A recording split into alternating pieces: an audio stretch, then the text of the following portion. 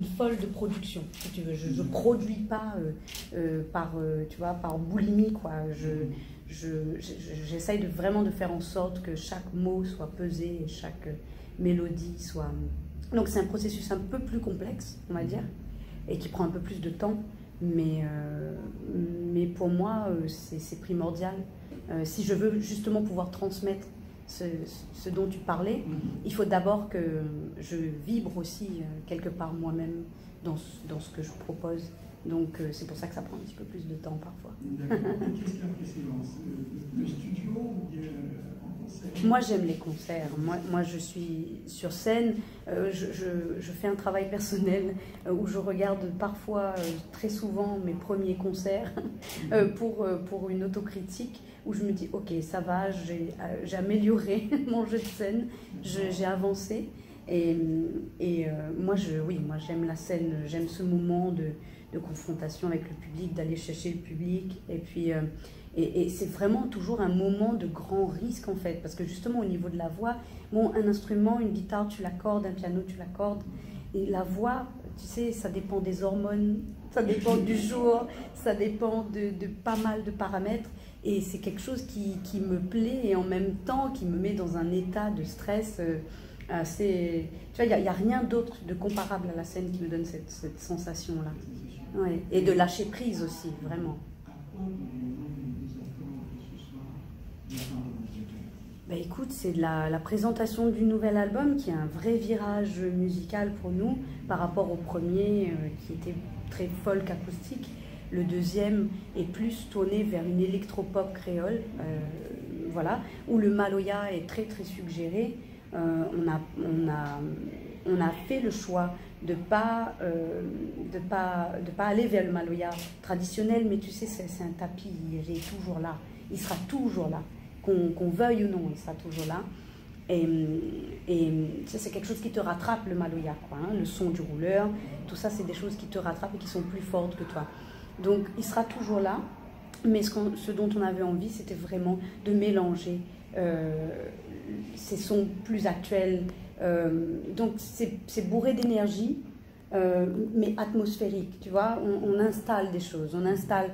C'est pas comme dirait ma grand-mère, c'est pas de la musique boum boum, tu vois. C'est vraiment une histoire, c'est un chemin qu'on va parcourir ensemble, où je vais essayer de vous amener justement. Et dès le départ, si tu veux, on part vers la langue créole, la réunion, et puis pour finir un peu en puissance, quoi. Et quels sont les chemins qu'on traverse justement à travers cet album qui s'intitule Antillais? Oui, voilà. Bah, écoute, c'est le chemin, pour moi c'est un peu le chemin des questionnements, du voyage, parce que moi je me pose tout le temps plein de questions. Tout le temps. Je me remets moi-même déjà beaucoup en question sur ma proposition musicale, sur mes textes, etc. Professionnellement, mais sur ma vie personnelle aussi.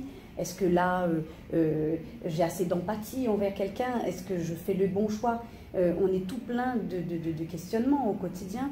Et c'est vrai que je pense que c'est ce que j'essaye de retransmettre en fait dans mes textes aussi, dans mes morceaux. C'est essayer toujours, autant que faire se peut, de se poser les bonnes questions. Est-ce qu'on est dans le droit chemin, entre guillemets? Je veux dire, dans les textes qu'on aborde, il y a beaucoup de projections. Moi, je parle très très peu dans mes concerts.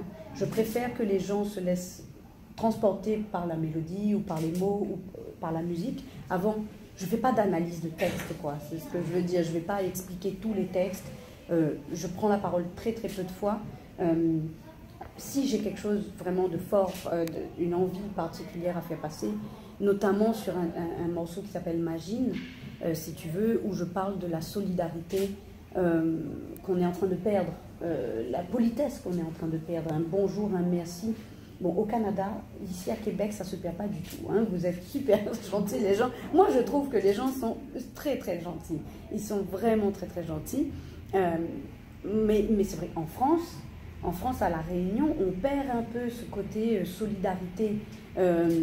Et si tu veux, il n'y a pas très longtemps, je ne sais pas si tu as vu aux informations, aux actualités, je ne sais pas si vous avez eu cette information, mais on a commencé à avoir des bateaux qui sont arrivés à La Réunion avec des familles sri-lankaises à bord.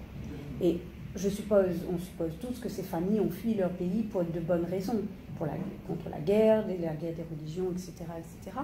Et j'ai vu une vague de violence des mots justement sur les réseaux sociaux, etc., etc. Rentrez chez vous, rentrez dans votre pays. Je veux dire, vous voyez nos gueules, quoi. Enfin, je veux dire, nos visages, d'où on vient, nous. Et j'étais partagée entre la colère et le grand questionnement d'une vie, quoi, où je me suis dit, mais où on va? On a oublié d'où on vient. Nous-mêmes, on se pose pas les bonnes questions, on se bat pas contre les bonnes personnes. Et j'étais vraiment partagée sur ces questions-là. Donc, si tu veux, pendant mes concerts, j'essaye, sans plomber l'ambiance, bien évidemment, de questionner voilà, ces choses-là qui sont pour moi primordiales, où on a vraiment oublié d'où on vient. Et pour moi, voilà, la solidarité se perd un peu. Et autant que faire se peut, allons essayer d'aider les gens qui sont dans le besoin. Peut-être que nous, on sera dans ce cas-là demain et on sera heureux que quelqu'un nous tende la main. Il n'y a pas de petits gestes. J'adore le français, de toute façon, j'aime toutes les langues. C'est pas que le créole non plus, il ne faut pas être auto-centré non plus. Mais moi, celle qui me vient, en tout cas, c'est le créole. Et du coup, voilà, elle est très belle. Et on est là pour la mettre en avant aussi et dire qu'elle existe aussi. D'accord. Et est-ce que, ici à Montréal, par exemple, Malak Mathieu a eu la chance d'évaluer son créole par rapport aux autres créolophones qui se trouvent à Montréal, qui viennent d'Haïti, qui viennent de Martinique, de Guadeloupe, etc., etc. Tu sais, quand je viens ici, c'est peut-être la 3e ou 4e fois que je viens, c'est toujours un voyage très express. Donc il faut le temps de voyager, il faut le temps d'arriver, de se reposer, de s'installer, de se reposer pour faire un bon concert, parce que c'est quand même pour ça qu'on est là. Et c'est vrai que en vrai, j'ai jamais eu la chance en fait d'être confrontée entre guillemets à ces situations. J'ai fait un passage il y a quelques années à l'université sur l'invitation d'un jeune étudiant. Ensuite, bien évidemment, les Réunionnais sont plus ou moins présents lors des concerts quand ils peuvent, de plus en plus nombreux, ça c'est sûr. Mais est-ce qu'ils viennent au concert? Moi, j'aimerais leur dire venez au concert, venez soutenir. C'est pas tous les jours, c'est un long voyage. Moi, j'habite à La Réunion, toute la Maya Kamati m'habite à La Réunion. C'est un long voyage pour nous, et on est là aussi pour les expatriés, quoi, pour notre gaillard, notre nation. Donc viens battre un carré, viens soutenir en fait, parce que sans public, on n'est personne, quoi. Moi, je chante aussi pour les gens, hein. Je chante pour moi, mais je chante aussi pour les gens. Donc, parce que il faut dire que c'est une amie poétesse en provenance de la Réunion qui m'a fait découvrir initialement Malak Mathieu. D'accord. Elle m'a dit, qui est-elle? C'est une magnifique Kafrina. Oui, Kafrina Louisa, bien sûr. Elle vient ce soir, par exemple. Parce que bon, j'aimais déjà au départ sa poésie, puisque sa poésie est magnifique. Et elle me dit, et alors on échangeait, je me disais, de la Réunion, à cause de mon émission, viens m'en parler. Elle hésitait, elle était dans des circonstances un peu particulières. Elle m'a dit, tu devrais écouter Malak. J'ai commencé avec ensemble, et là, doublement emballé par la cause et les autres chansons que j'ai eu l'occasion d'écouter pour les préparatifs de l'émission. Et